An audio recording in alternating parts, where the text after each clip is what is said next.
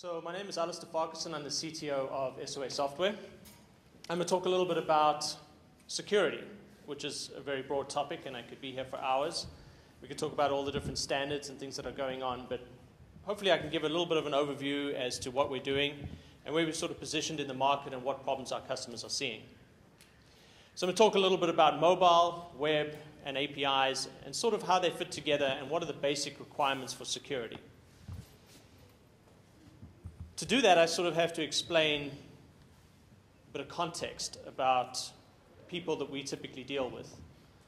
When we go to market and when we talk to our customers, we're dealing primarily with private APIs.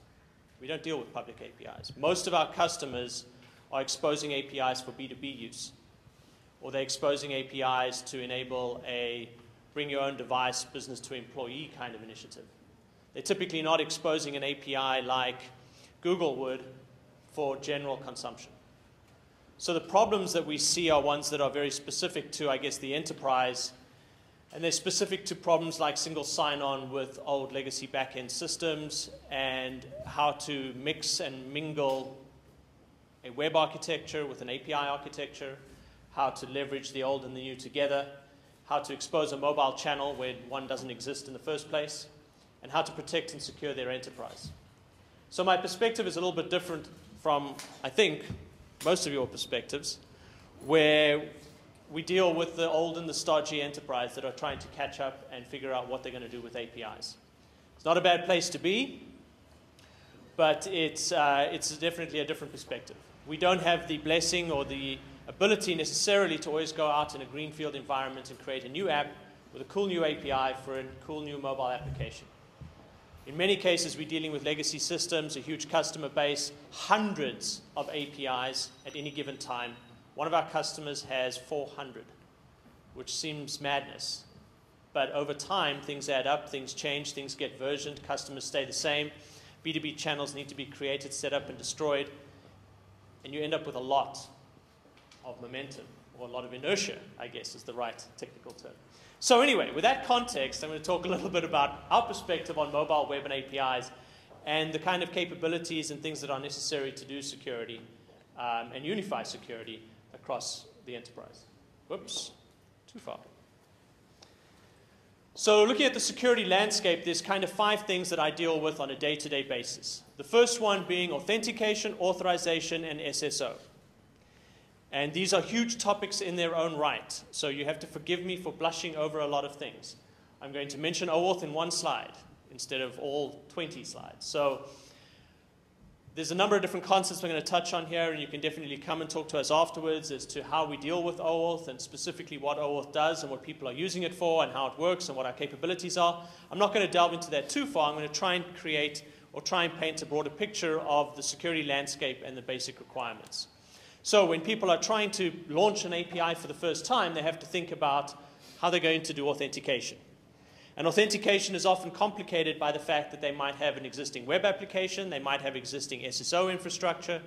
They're trying to figure out, is OAuth doing authentication? Some people use OAuth for authentication. Or should I use OpenID? Or should I use SAML? What should I use? There's a lot of outstanding questions and a lot of confusion about all the different standards and accepted best practices that come and go on a daily basis. Up until a few months ago, SAML was all the buzz. Now it's OpenID Connect. And frankly, a lot of people don't really understand what these things are, what they're supposed to be used for. So it's really, really interesting to talk about these things and talk about what customers are doing. Then there's authorization. What does authorization mean in the context of an API? Do you just leave authorization to the back end? Do you try and authorize at the API layer? And how's that done? And how can you implement that? SSO, you have a lot of different back-end systems that do SSO. I see a lot of homegrown things. I see a lot of things like SiteMinders and IBM systems that have been put into place and have been running for decades providing SSO capabilities. I also see new things like OpenID Connect and how do I bridge between SAML and OpenID, and there's a very, very broad and confusing landscape for customers today. Then there's licensing. Once you've authenticated the user, you have to figure out how you're going to get money from them. So how does authentication and authorization ultimately affect how you license or monetize your API? And for you guys out there, this might have very practical considerations. If you do have the luxury of a greenfield environment and you can put out an API and you're unencumbered by a lot of things, you might be thinking about how you're going to make money from an API. Can you sell it on a per-use basis, or can you tier different qualities of service to make money from an API? You might even have the very enviable luxury of being able to build an API without any UI at all and have people consume value directly and monetize that API directly. That would be a dream. Anyway, then there's things like quota management, and these affect security and licensing. So how can I actually throttle, or how can I create different tiers of service? A free, a moderately expensive, and a very expensive different tier of service for which you pay nothing and an incredible amount of money depending on how much quota or service level you receive from the organization. Then there's protection. There's a lot of horrible things that people can do to your API once you stick it out there. They can, do a distributed denial of service attack. They can put some JavaScript in it that does weird and wonderful things to your backend, or maybe some SQL if you have a SQL backend. There's a lot of things that you can do with an API to protect it. And companies are grappling with that and figuring out how they're going to provide protection for their API endpoints. I speak to people who don't have a DMZ. They're trying to expose an API, but they don't have a DMZ. And I said, well, you can put an appliance in your DMZ. And they're like, well, I don't have a DMZ. And I'm like, okay, well, I can give you a software as a service, and we can VPN in. And then they ask me if I'm PCI compliant. And it's a very, very interesting environment out there that you have to deal with. So protection. And then ultimately, what's the role of policy? There's an ultimate temptation to build all of these capabilities into a system or hard code them into an API endpoint as opposed to abstracting them somehow through a declarative policy-based mechanism. So as we go through this, I'll talk about what the role of policy is and how it can actually help you focus on the business value of an API rather than continue to try and change and keep up with the varying standards that exist in the world today. So let's start with authentication, authorization, and SSO. I don't think anyone would dispute the fact that there is a very confusing array of standards. There's OAuth 1.0, 2.0. The lead guy walked out of the old 2.0 specification. Everyone's wondering what the heck that's all about. We have SAML. We have OpenID. We have OpenID Connect. Everyone says SAML's dead. Now OpenID Connect is the next thing to come along. There's SCIM, which is a very, very cool identity system, an identity API. And people wonder what they're supposed to be using for the various systems that they're owning and operating. So if they're trying to implement SSO for their web service, should they be using SAML? Should they be using cookies? If they're trying to do authentication on their API, should they use something simple like an HMAC header, or should they go for something like OAuth? What are the pros and what are the cons for these various things? And then there's a variety of application types. There's desktop, there's mobile, there's web. And people are trying to figure out which of these standards here correspond with which of these different application types. And what if I have more than one? What if I have a web application that has some APIs in it? Do I use OAuth and cookies? Do I use SAML? I don't know. So there's a lot of confusion about what standard and what protocols to use inside an environment. And then there is Enterprise SSO and its set of legacy systems. You've got LDAP and Active Directory on the back end. You might have Kerberos. You might have existing identity and access management systems that control and manage SSO and issue all sorts of pseudo standards around cookie mechanisms and signing mechanisms to actually facilitate SSO. So it's a fairly broad landscape. I'm not going to lie to you. And sometimes it can be quite confusing, and sometimes you might compromise. So if you have an existing backend SSO system, it might have a SAML issuer that you can leverage. And that SAML issuer, you might be able to leverage within an SSO context to go and get an OAuth token. And then you might be able to use that OAuth token to do API calls. So when you're faced with a problem, which is ultimately an integration problem, you often have to mix and match these standards depending on the application types and the backend systems that might exist in the environment. And I'm going to actually walk through a particular use case that we see fairly often in the environment today. So let's look at some of the different use cases we see. We see companies, enterprises, trying to figure out how they can support public personas. So they need to be able to allow people to log into their applications using their Google credentials, their Facebook credentials, their Yahoo credentials. So they have to support and interact with OAuth providers, OpenID providers out there. And we see a lot of that from the enterprise market today. They are also migrating their web applications, not wholesale, parts of their web applications, and exposing APIs on the back end. So as they move, and this might seem old hat to you, but as they move traditional struts-based J2E style applications to something that's more client-side MVC model using jQuery, they end up with this mixed model where they have a mechanism that is using APIs and API authentication mechanisms combined with traditional session-based web tokens like cookies. And there's a gray area in the middle there as to how exactly or what exactly do you put into your cookie so that you can actually facilitate an OAuth exchange and the getting of an OAuth token and the refreshing of an OAuth token to make your API calls. You could ultimately say my APIs should just accept cookies, but then those APIs are not realistically reusable by anything other than your web application. So there's a lot of companies trying to figure out how they're going to actually provide APIs in the context of their web applications and outside of their web application and what mechanisms they should use. Then they're trying to create new digital channels with their APIs. So they might be taking the same APIs that back up their web applications and expose those to the outside world. And then there's a problem of authentication and authorization. So they might be using OAuth, and they might now combine, or they might now leverage SAML with OAuth or OpenID with OAuth for authentication. And then they're also looking at extending or modernizing the typical SSO infrastructure that they might have. So they might be looking at OpenID Connect, or they might still be stuck in the long-lost world of 3 weeks ago when SAML was the de facto standard for enterprise SSO. So there's a lot of different use cases that combine these different standards. And I think the important thing here is, as a group of developers, whether you have the luxury of a greenfield environment or whether you're working in an enterprise like this, you want to decouple yourself from this as much as possible. If you continue to play catch-up with the latest standards and the latest mechanisms, I think Google is probably on their third security protocol mechanism that they're now supporting for their APIs. I might be wrong. But they've been through iterations. And they're relatively short iterations, and their iterations are becoming short-term. So what you want to do is you want to focus on building your API in such a way that you don't have to worry about this stuff. You want to externalize this. You want to take these non-functional requirements and put them in a product like ours and focus on building an API and bringing that to market.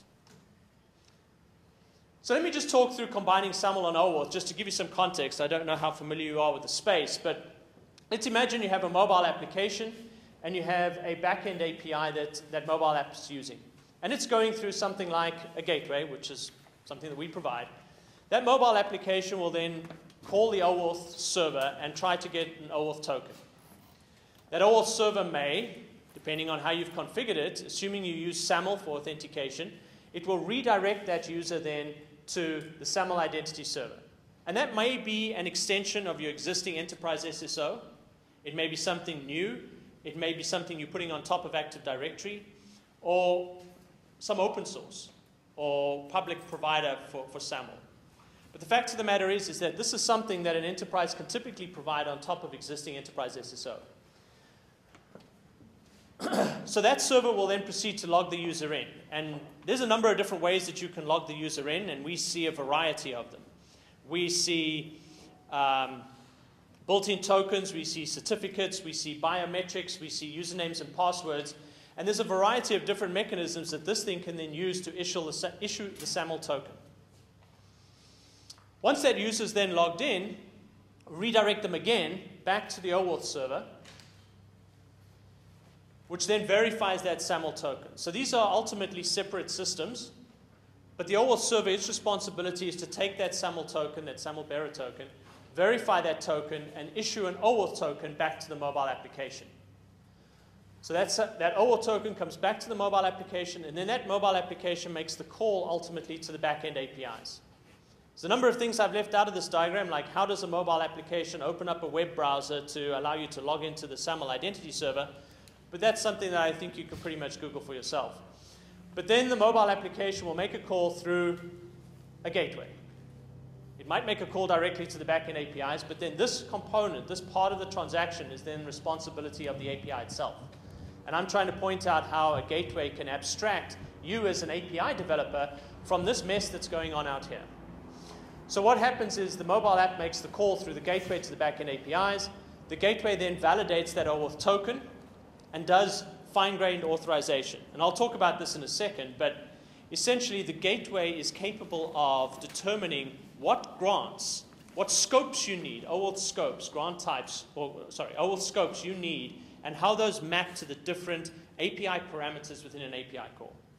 So you can even do fine-grained authorization within a gateway like this to actually alleviate you from even a lot of the authorization decisions. There may still be stuff that you have to do in your back-end app around authorization, but you can control access to various parts of the API by mapping the OAuth scopes to the various API calls or the different paths and resources within the API. Once the gateway is given it the go-ahead, it's going to call the backend API, probably going to pass the OAuth token and maybe some information about the user in that token back to the app, back to the backend API so it can make further decisions. So as an API developer, especially if you're within an enterprise, you want to basically try and outsource or alleviate yourself of the headache of providing this, this, and this within the environment. You want to make it somebody else's responsibility to put up a SAML identity server, somebody else's responsibility to figure out what they're going to do about OAuth, and the gateway is going to leave you of a lot of potentially the fine-grained authorization, the authentication, and the protection kind of policies that you need when you're exposing your APIs. So as a developer, please tell your manager that you want to focus on API development and none of the other stuff. So once the call has been authenticated, you then need to figure out a monetization model. I know they don't quite align very well, but you want to, when an API call comes into the system, you may or may not want to figure out what license and what tier of service that particular API call will get. So this is all around enabling a particular business model for your APIs. How are you going to, at the end of the day, monetize that API? And we have customers that have one gigantic API, which they then slice and dice based on resource to different customers. So this customer can see the trucks, this customer can see the people, this customer can see, I don't know, the farmlands, or whatever they might be. And the way that we map the OAuth scopes and the licenses to various operations or resources within the API gives you that fine-grained authorization. And those licenses, again, also map to different levels of service. So you can say that for this particular customer who's accepted my gold level license, they have access to the following 5 resources within my API, and they are subject to 10 transactions per second maximum, or 30,000 transactions per second or per month. So you can, after you've authenticated the user, also manage how you're actually going to license or compartmentalize that traffic coming in. And that's going to control the OAuth authorization scopes, the visibility within the portal of the documentation, and also the quotas or levels of service that you associate with that particular request. So when a developer logs into your system and is trying to get access to your API, they're going to register their application. They're going to be given an app key or an API key that's used in the OAuth exchange. And then they're also going to be able to select potentially from different license models. Once they select that license model, it then controls what they can see, even down to the documentation level, and what their application can actually invoke at runtime. And that allows you then to report on that, and at the end of the day, bill your customers, if you choose to, similar to a cell phone plan for accessing APIs. So the authentication and the authorization, and certainly the licensing, are all different parts of your security strategy, which are, in essence, parts of your go-to-business model for an API.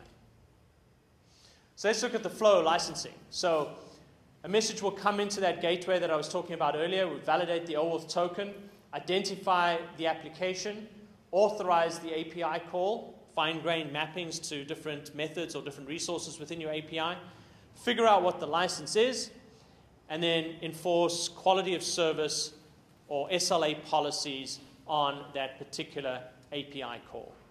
That way you can limit a certain group of users to 30,000 transactions per month. If they go over that, you're going to charge them $5 more.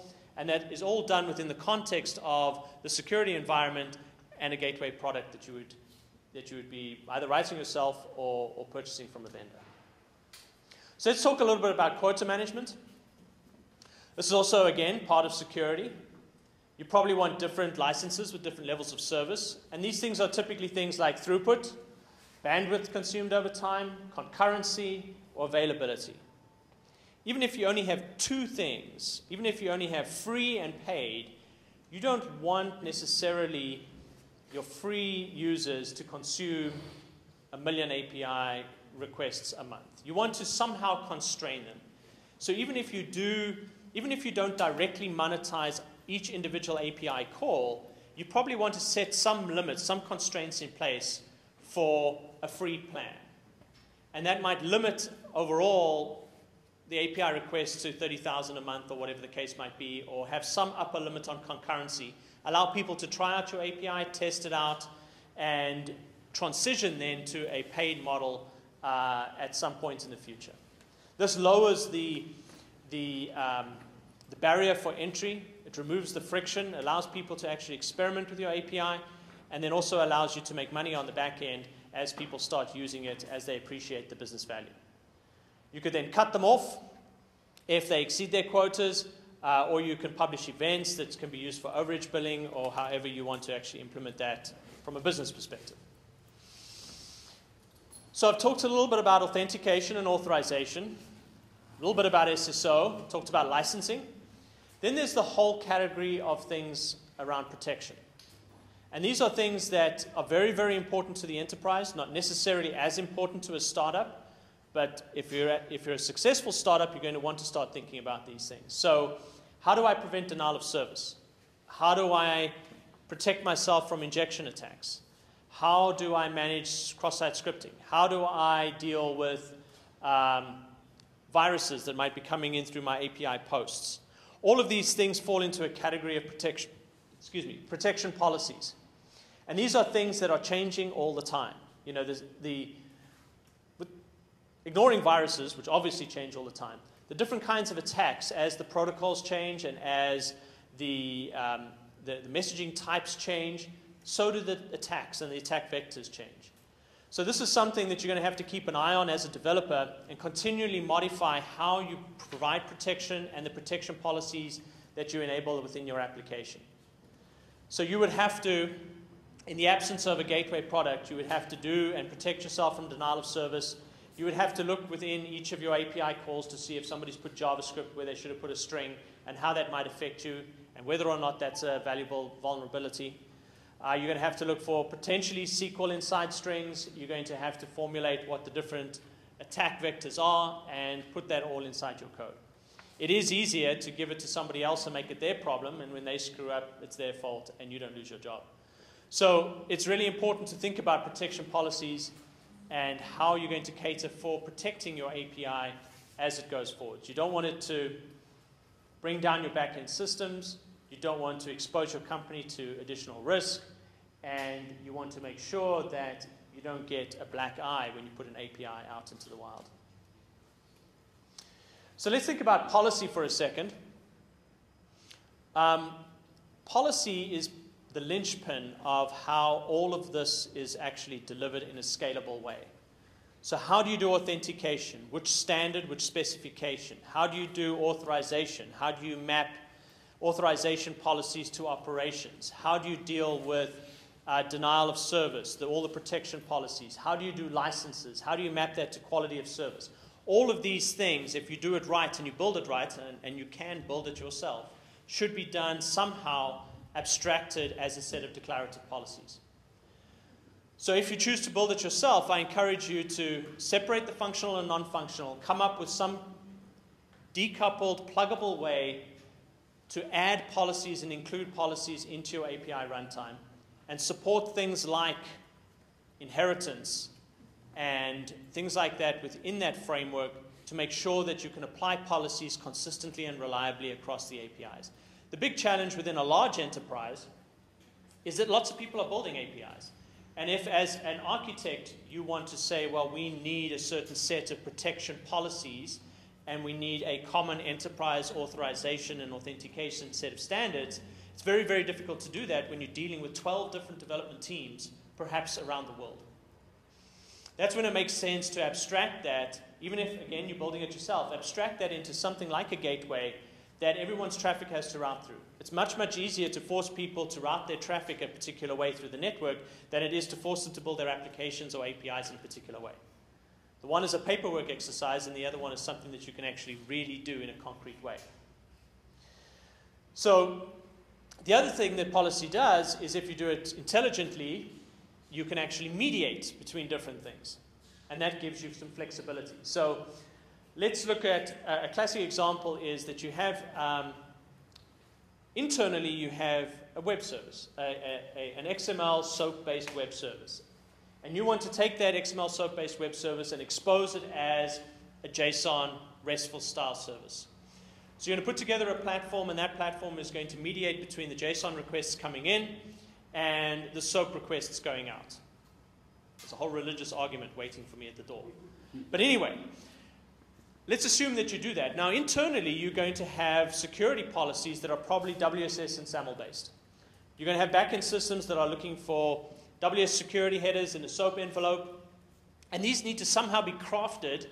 And it's a really obscure set of standards. You think, oh, it's complicated. Wait till you see WS security. So it's a complicated set of standards. And you have, on the outside of your organization, you want to provide something that is more commonplace, which is maybe something like OAuth with SAML.